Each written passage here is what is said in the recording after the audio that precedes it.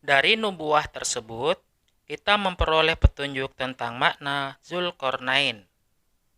Dan menariknya, jika kita menyimak kitab Daniel pasal 8 ayat 20 dalam terjemahan bahasa Arab versi Smith and Van Dyke, mereka menyebutkan bahwa Amal kapsu alladhi ra'aitahu Zulkarnaini fahuwa muluku madi wa farisin. Terjemahan bebasnya ialah, adapun domba jantan yang memiliki dua tanduk yang kamu lihat, dia adalah raja-raja Media dan Persia.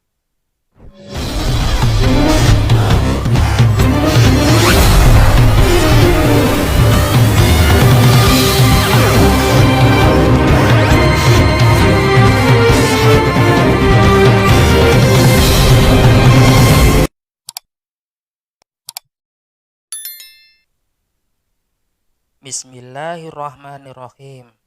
Allahumma sholli ala Muhammad wa ali Muhammad. Assalamualaikum warahmatullahi wabarakatuh. Para pemirsa yang dirahmati Allah Subhanahu wa taala. Jumpa lagi dengan Mahardika Islamika, sebuah channel yang berfokus pada rekonstruksi sejarah Islam dalam paradigma historiografi modern, sehingga kesimpulan yang diperoleh dapat diukur kebenarannya dan dapat dipertanggungjawabkan secara ilmiah. Pada konten kali ini, kami akan mengangkat judul Nubuah Nabi Daniel alaihissalam tentang Raja Zulkarnain.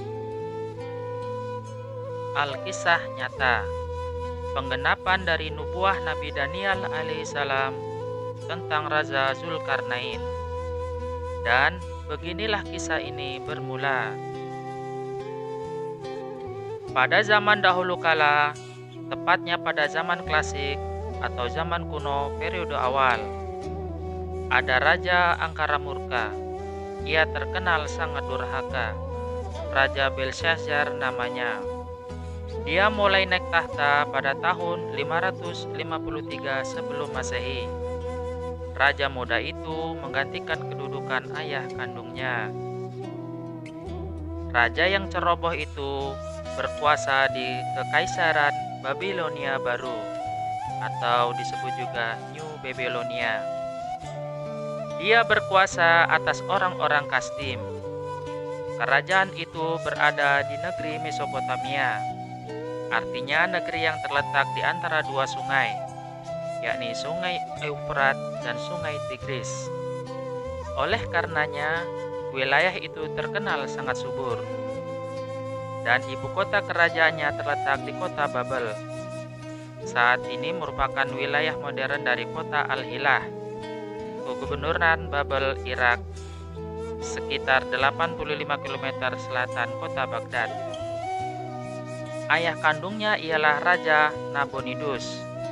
Ia turun tahta pada tahun 553 sebelum Masehi. Selanjutnya dia pergi meninggalkan istana Babel. Lalu dia menyepi ke oasis di Taima. Di sana dia bertapa di kuil Sin atau kuil Istar. Rupa-rupanya ia hendak menjalani lakon lengser ke Prabon Madeg Pandito Ratu. Selanjutnya pada tahun 550 sebelum Masehi, Raja Belshazzar mengadakan pesta akbar di Keraton Babel. Acara itu bertepatan dengan ulang tahun kekuasaannya yang ketiga.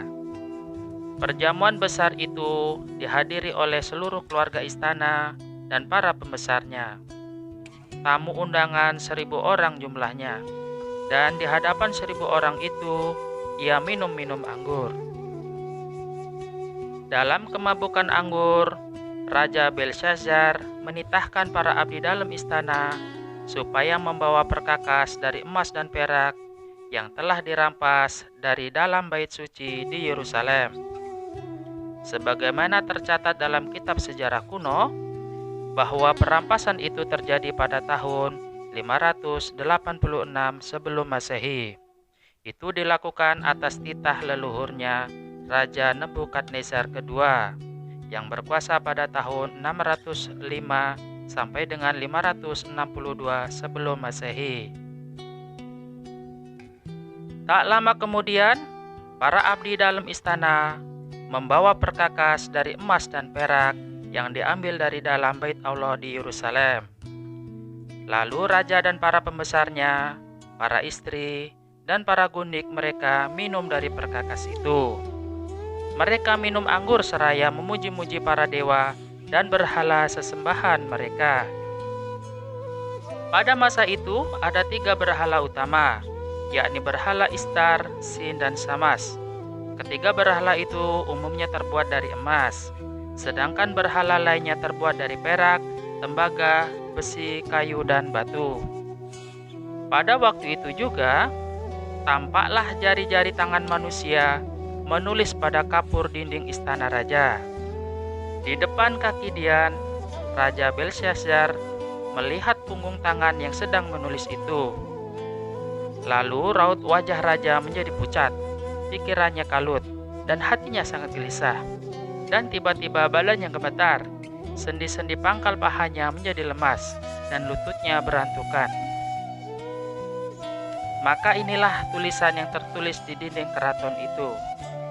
Mana, mana takal paras. Lalu berserulah raja dengan keras. Ia menitahkan supaya para ahli jampi, para kasdim, dan para ahli nujum dibawa menghadap ke istana. Beberapa hari kemudian, para orang bijaksana telah datang ke keraton Babel. Mereka langsung bergegas menghadap Raja Belshazzar. Dan raja yang durjana itu berkata, "Setiap orang yang dapat membaca tulisan ini dan dapat memberitahukan maknanya kepadaku, kepadanya akan dikenakan pakaian dari kain ungu, dan lehernya akan dikalungkan rantai emas, dan di dalam kerajaanku ia akan mempunyai kekuasaan sebagai orang ketiga." Tetapi semua orang bijaksana dari kerajaan itu tidak sanggup membaca tulisan itu. Mereka tidak sanggup memberitahukan maknanya kepada raja. Sesudah itu sangatlah cemas hati Raja Belshazzar, dan wajahnya menjadi pucat pasi. Tak ayal, para pembesarnya pun terperanjat. Karena perkataan raja dan para pembesarnya itu, masuklah permaisuri ke dalam ruang perjamuan. Lalu ia berkata, "Ya Raja, kekalah hidup tuanku. Janganlah pikiran-pikiran tuanku menggelisahkan tuanku, dan janganlah menjadi pucat. Sebab dalam kerajaan tuanku ada seorang yang penuh dengan Roh Kudus. Dalam zaman leluhur tuanku, ada terdapat pada orang itu kecerahan, akal budi, dan hikmat yang seperti hikmat para dewa. Ia telah diangkat oleh Raja Nebukadnezar, leluhur tuanku, menjadi kepala orang-orang berilmu, para ahli jampi, para kasdim, dan para ahli nujum. Karena pada orang itu terdapat roh yang luar biasa, pengetahuan dan akal budi, sehingga ia dapat menerangkan mimpi, menyingkapkan hal-hal yang tersembunyi, dan menguraikan kekusutan. Namanya Daniel, seorang yang kudus dan arif bijaksana dari Bani Israel." Baiklah, sekarang Daniel dipanggil, supaya dia memberitahukan maknanya. Titah Baginda Raja. Lalu dibawalah Nabi Daniel alaihissalam menghadap raja. Bertanyalah raja kepada Nabi Daniel alaihissalam, "Engkaukah Daniel itu salah seorang buangan yang telah diangkut oleh raja leluhurku dari tanah Yehuda? Aku telah mendengar tentang engkau, bahwa engkau penuh dengan Roh Kudus, dan bahwa padamu terdapat kecerahan, akal budi, dan hikmat yang luar biasa. Kepadaku telah dibawa orang-orang bijaksana, para ahli jampi, supaya mereka membaca tulisan ini dan memberitahukan maknanya kepadaku. Tetapi mereka tidak sanggup mengatakan makna perkataan itu. Tetapi aku telah mendengar tentang engkau, bahwa engkau dapat memberikan makna dan dapat menguraikan kekusutan. Oleh sebab itu, jika engkau dapat membaca tulisan ini dan dapat memberitahukan maknanya kepadaku, maka kepadamu akan dikenakan pakaian dari kain ungu, dan pada lehermu akan dikalungkan rantai emas, dan dalam kerajaan ini engkau akan mempunyai kekuasaan sebagai orang ketiga." Kemudian Nabi Daniel alaihissalam menjawab raja, "Tahanlah hadiah tuanku, berikanlah pemberian tuanku kepada orang lain. Namun, aku akan membaca tulisan itu bagi raja dan memberitahukan maknanya kepada tuanku."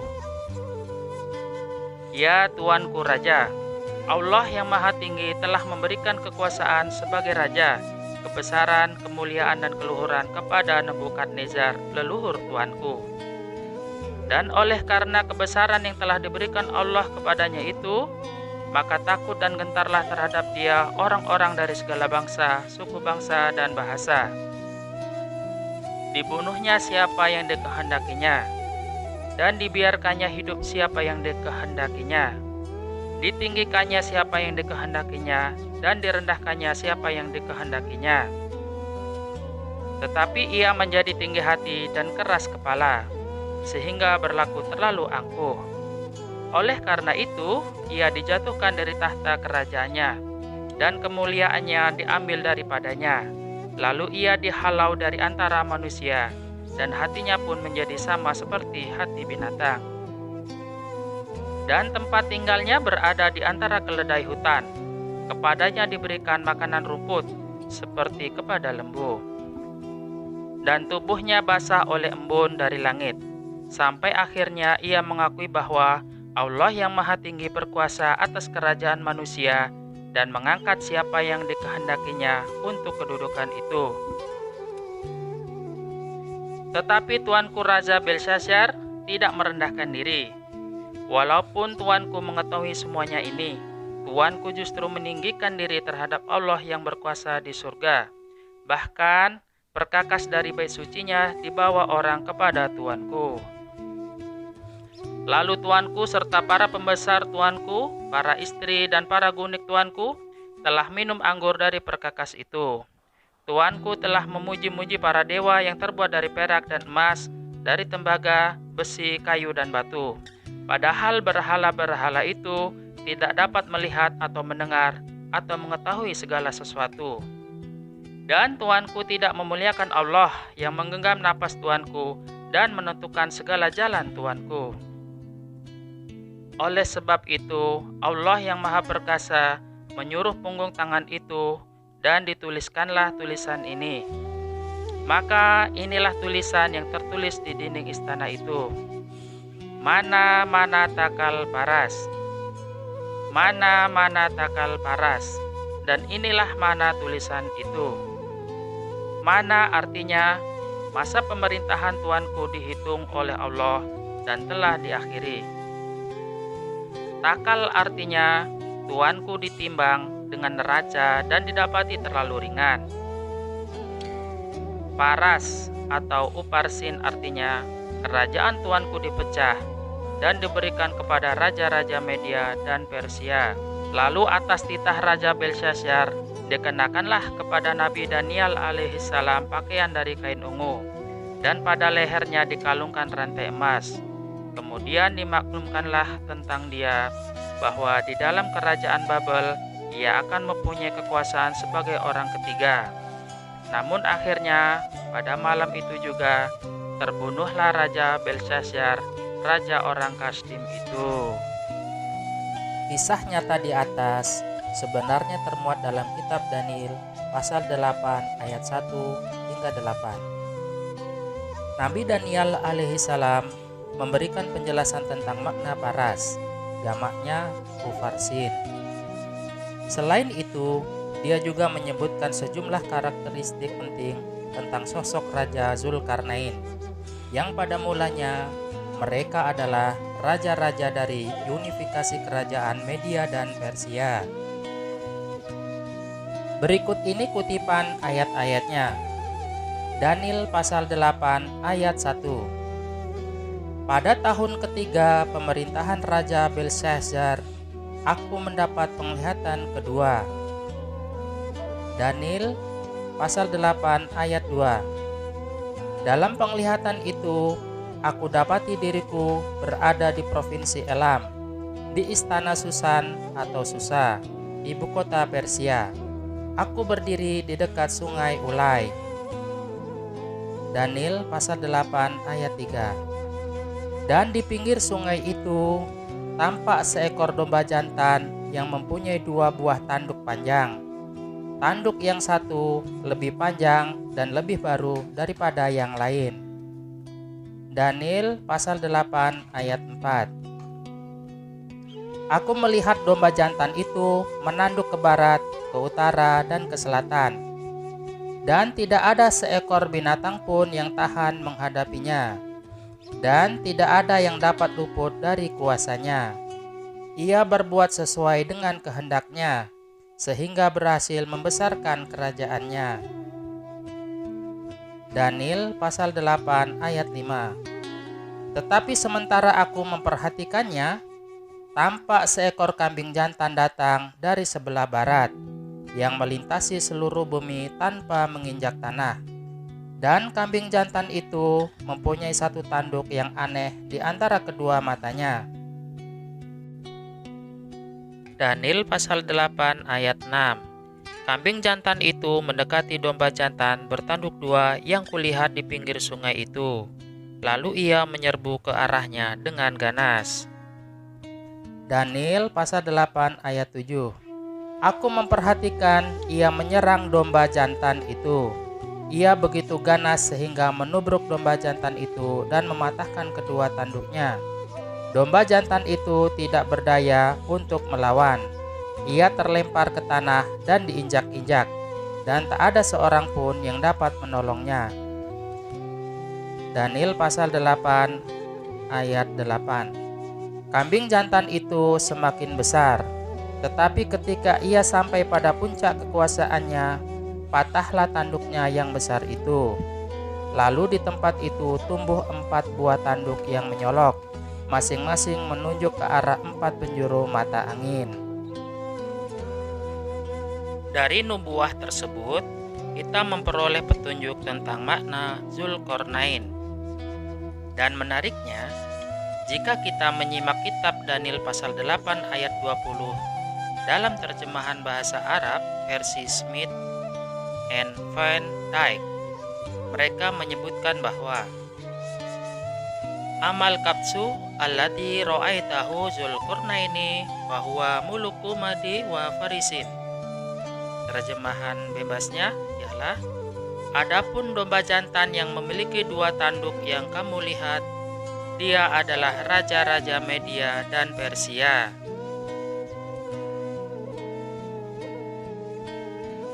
Karakteristik Zulkarnain. Dari nubuah di atas, kita dapat memahami sejumlah karakteristik tentang Zulkarnain. Setidaknya ada 7 postulat atau aksioma dasar yang patut diketahui, yaitu: pertama, sebutan Zulkarnain sinonim dengan istilah domba jantan yang memiliki 2 tanduk. Kedua, Zulkarnain atau domba jantan yang memiliki 2 tanduk artinya adalah raja-raja Media dan Persia. Itu berarti pada mulanya dia merupakan pemimpin unifikasi dari 2 kerajaan, yakni kerajaan Media dan kerajaan Persia. Nubuah ini telah tergenapi pada tahun 550 sebelum Masehi. Pendiri dan raja pertamanya ialah Kores yang Agung atau Cyrus kedua, lebih dikenal sebagai Cyrus the Great. Dialah raja di raja yang bergelar sebagai Zulkarnain pertama. Postulat ketiga. Selanjutnya, unifikasi berkembang dari 2 menjadi 3 kerajaan, yakni kerajaan Media, kerajaan Persia, dan kerajaan Elam atau Susiana. Nubuah tersebut juga telah digenapi pada tahun 540 sebelum Masehi. Saat itu, Raja Kores yang Agung berhasil menaklukkan kerajaan Elam atau Susiana yang beribu kota di Susan atau Sousa. Postulat keempat. Zulkarnain akan menaklukkan kekaisaran Babilonia baru atau kerajaan Babel. Nubuah itu sudah digenapi pada tahun 539 sebelum Masehi oleh Zulkarnain yang pertama, yakni raja di Raja Kores atau Cyrus the Great. Postulat kelima. Ibu kota dari unifikasi kerajaan Media, Persia dan Elam yang dipimpin oleh Zulkarnain akan berada di kota Susan atau Susa, wilayah Elam. Nubuah ini telah tergenapi pada tahun 522 sebelum Masehi oleh Zulkarnain ketiga, yakni raja di Raja Darius yang agung, atau lebih populer disebut sebagai Darius the Great. Postulat keenam. Namun akhirnya, unifikasi kerajaan Media, Persia, dan Elam akan ditaklukkan oleh kerajaan dari sebelah barat, yakni kerajaan Yunani kuno dari Makedonia. Saat itu, kekaisaran Persia dipimpin oleh raja di Raja Darius ketiga. Dia disebut sebagai Zulkarnain ke-12 atau Zulkarnain yang terakhir. Dan nubuah ini pun telah digenapi pada tahun 330 sebelum Masehi. Postulat ketujuh. Dan akhirnya kerajaan Makedonia itu akan terpecah menjadi 4 kerajaan kecil. Nubuah itu juga telah tergenapi pada tahun 323 sebelum Masehi. Epilog atau bagian akhir dalam bentuk kesimpulan. Studi sejarah di atas dengan paradigma historiografi modern. Kemudian dilakukan studi komparatif terhadap penjelasan nubuah Nabi Daniel alaihissalam yang paling relevan. Dan studi kritis telah dilakukan secara seksama dan cukup mendalam. Akhirnya, kami akan menarik sebuah kesimpulan sebagai berikut. Bahwa yang dimaksud dengan Zulkarnain adalah gelar atau julukan bagi raja-raja kekaisaran Persia dinasti Achaemenida. Orang Barat menyebutnya sebagai The Achaemenid Empire. Kekaisaran ini berdiri pada tahun 550 sebelum Masehi. Namun akhirnya hancur pada tahun 330 sebelum Masehi. Pendiri dan raja pertamanya ialah Raja Kores yang agung, atau lebih populer dikenal sebagai Cyrus the Great. Dialah sosok dari Zulkarnain pertama. Dan selanjutnya ada 11 Zulkarnain lainnya.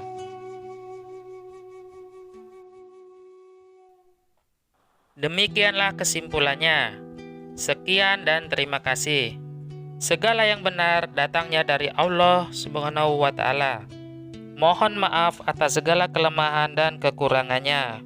Wabillahi taufik wal hidayah. Wassalamualaikum warahmatullahi wabarakatuh.